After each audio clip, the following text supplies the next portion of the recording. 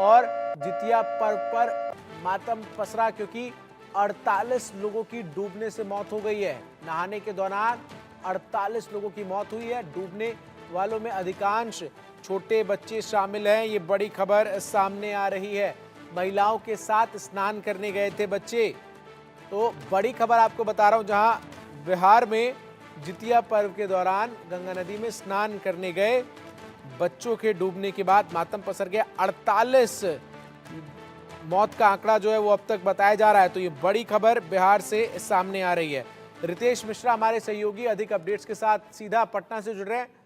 रितेश, जितिया का ये पर्व खासतौर पर जो माताएं हैं वो अपने पुत्रों की लंबी आयु के लिए करती हैं, लेकिन जो खबर सामने आ रही है ये अपने आप में बहुत ही चिंताजनक और दर्दनाक खबर है।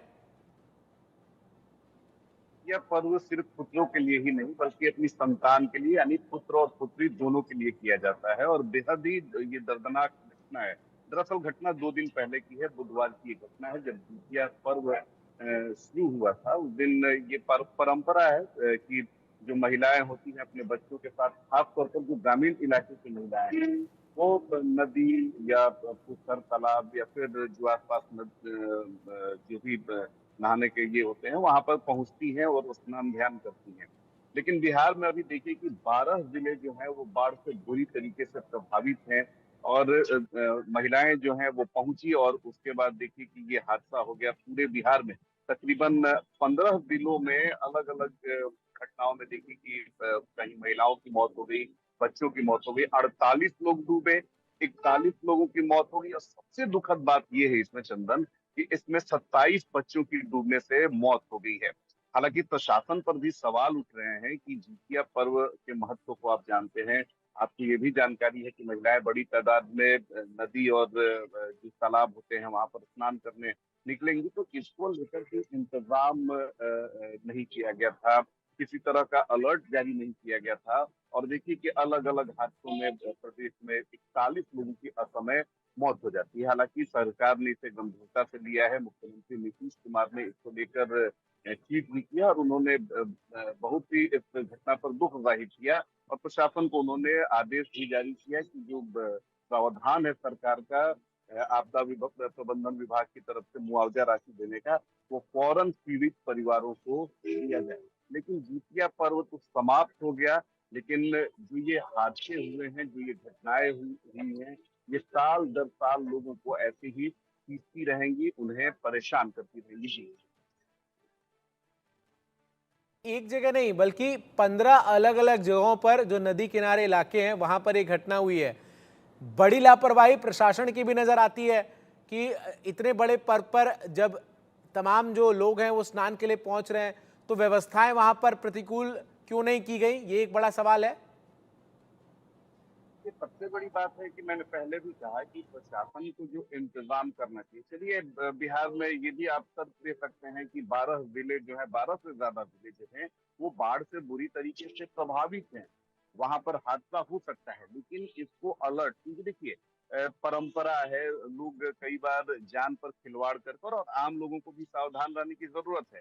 लेकिन परंपरा जो होती है, जो धार्मिक अनुष्ठान होते हैं, वो लोगों वो आस्था जो होती है लोगों की, वो तमाम चीजों पर भारी पड़ती है। और ठीक इस घटना में भी यही हुआ है कि महिलाओं ने आस्था और परंपरा का निर्वहन करना चाहा, लेकिन प्रशासन को जहां जहां ये जानकारी थी कि भीड़ हो सकती है या फिर अगर उसे पता है कि बाढ़ से इलाके जो है वो बुरी तरीके से प्रभावित है, तो कम से कम अलर्ट तो आप जरूर कर सकते थे। आप चाहे मोबाइल के जरिए कर सकते थे, आपकी जिम्मेदारी भी है। आप अखबारों में विज्ञापन के माध्यम से अलर्ट जारी कर सकते थे, लेकिन प्रशासन ने ऐसा कुछ नहीं किया। देखिए एक और बात थी कि बहुत जो जिला मुख्यालय या प्रखंड स्तर तक प्रशासन इंतजाम कर सकता है, लेकिन ग्रामीण इलाकों में सुदूर जो दियारा इलाके हैं वहां पर प्रशासन का पहुंच पाना भी मुश्किल होता है। लेकिन इसके बावजूद भी देखिए कि 48 लोग डूब गए, 41 लोगों की मौत हो जाती है, 27 बच्चे जिसमें शामिल है। ये बेहद दुखद है और ये कहीं ना कहीं प्रशासन को सबक लेने के लिए एक बड़ी घटना है। और आम लोगों से भी यही अपील है कि बाढ़ग्रस्त इलाकों में खास तौर पर अगर आप नदियों के किनारे जा रहे हैं, अगर आप तालाब के किनारे जा रहे हैं, तो आप अपनी सेफ्टी और सिक्योरिटी खुद से कर सकते हैं। इस बात का आपको ख्याल रखना पड़ेगा। तो बुधवार की ये घटना है। कल ही जितिया पर्व जो है वो समाप्त हुआ है, लेकिन इस घटना ने पूरे प्रदेश को झकझोर दिया है कि जिन हम्म। बच्चों के लिए पर्व किया जाता है, इसके अलावा वही एक और बड़ा बच्चे सवाल 2 साल के है डाल। रितेश, बिहार के कई हिस्से इस वक्त बाढ़ की चपेट में हैं। आपदा प्रबंधन विभाग की तरफ से इन तमाम जिलों में जहां बाढ़ का पानी लगातार जो है वो रिहायशी इलाकों को अपनी चपेट में ले रहा है, क्या कुछ इंतजाम जो है वो किए गए हैं? ये भी एक बड़ा सवाल है, ताकि इस तरीके के बड़े हादसे जो हैं वो आने वाले समय में और ना हो। इसके लिए क्या कुछ सतर्कता कम से कम इस हादसे के बाद क्या बरती जा रही है या नहीं बरती जा रही है? बिल्कुल, बिल्कुल, बिल्कुल। बहुत ही वाजिब सवाल है, क्योंकि देखिए अब ये जितिया पर्व समाप्त हो चुका है, लेकिन अभी पितृपक्ष चल रहा है और लोग अपने पूर्वजों का तर्पण करने के लिए नदियों के किनारे ही जाते हैं।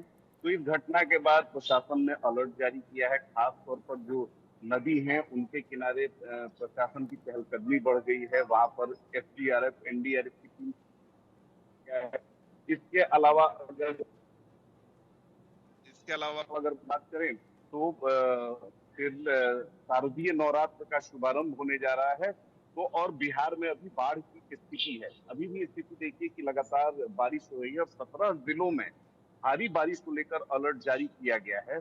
तो इसको लेकर अब प्रशासन पूरी तरीके से अलर्ट पर है। आपदा प्रबंधन विभाग जो है वो अलर्ट पर आ चुका है। एसडीआरएफ, एनडीआरएफ की टीम को चौकन्ना रखा गया है और इसके अलावा जो स्थानीय पुलिस है, प्रशासन की टीम है, वो लगातार नदियों का मुआयना कर रही है, घाटों के किनारे वो जा रही है और विभिन्न जो सोर्सेज हैं, चाहे वो सोशल मीडिया हो, अखबार हो, रेडियो हो, इसके माध्यम से भी लोगों को सचेत किया जा रहा है। जी। बिल्कुल, लोगों को सचेत किया जा रहा है। मौसम विभाग की चेतावनी क्या है रितेश, बिहार के अलग अलग जिलों को लेकर? क्योंकि बारिश का दौर हमने देखा 2 दिन से फिर से शुरू है और ऐसे में तमाम जो नदियां हैं उनका जलस्तर फिर से बढ़ता हुआ नजर आ रहा है। अब बिल्कुल देखिए कि नदियों का जल स्तर लगातार बढ़ता जा रहा है और सबसे आपको जानकर हैरानी होगी कि मानसून बिहार में इस बार काफी निष्क्रिय रहा है, उतना एक्टिव नहीं रहा है। लेकिन उसकी निष्क्रियता के बावजूद अगर देखेंगे तो सभी नदियां बिहार में, जितनी भी नदियां हैं, चाहे वो गंगा हो, गंडक हो, कोसी हो, कमला बलान हो, घाघरा हो, बूढ़ी गंडक हो, सरयू नदी हो, ये तमाम नदियां जो हैं वो खतरे के निशान से ऊपर बह रही हैं।